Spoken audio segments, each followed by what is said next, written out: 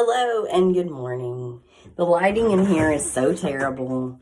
Gotta look for something real quick.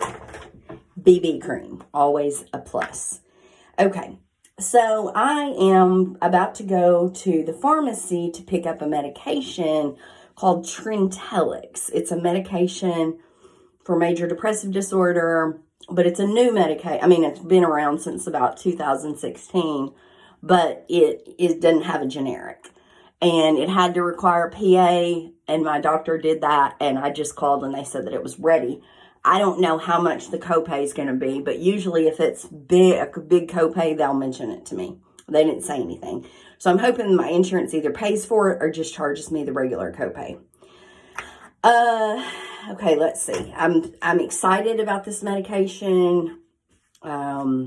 Since my mom passed away in 2020, I have suffered greatly from depression. I've had one hospitalization. I feel that I'm pretty stable now. However, I do have dips where I will stay in the bed for a whole day, and that is what happened yesterday.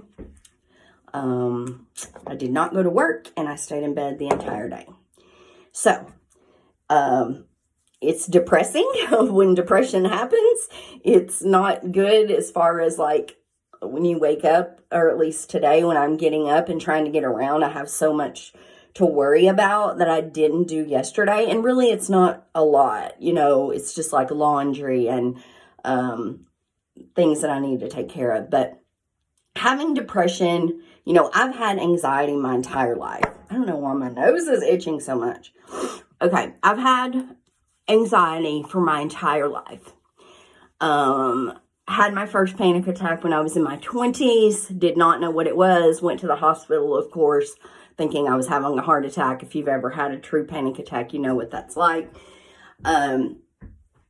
It took me years to get prescribed something for anxiety, but I'm currently on something for anxiety, and the anxiety is managed. I don't have a lot of that. What I've struggled with my whole life since I was a child is like rumination, just constantly worrying about the future, ruminating over the past, over what I could have done, should have done. Really a lot of worrying about the future. What might happen? What's going to happen when someone dies? What am I going to do? And I'm also a recovering alcoholic. So it's like, I go to AA meetings. I feel pretty certain. I mean, even though I take it one day at a time, I feel pretty confident that drinking would not be my first line of, defense against whatever it is.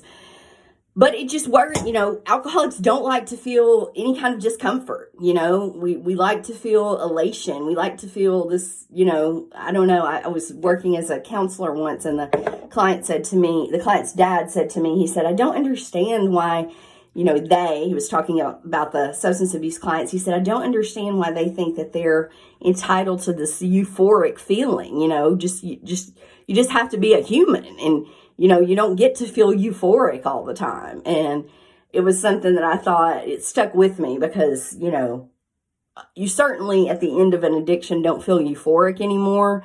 But in the beginning, it is kind of like you just can't stand to feel that normal, just everyday feeling. And for many of us, we had mental health issues before we got addicted. Not saying that that's an excuse, but it is a factor. And, now that I've been sober for some years, I have to treat those mental health disorders. I can no longer mask them. And I'm happy about that. That's progress. I think every time that someone dies that I know, or even a celebrity, I mean, it's a lot more severe when it's someone I know, but even a celebrity, and they die from their addiction or from suicide, I always get so sad because I feel maybe they've had periods of sobriety and their life wasn't wasted. But in some instances, like I'll give an example of a friend of mine who was in Vietnam, and he came back and started to drink. And he basically drank until he was 70 years old when he passed away from complications of drinking.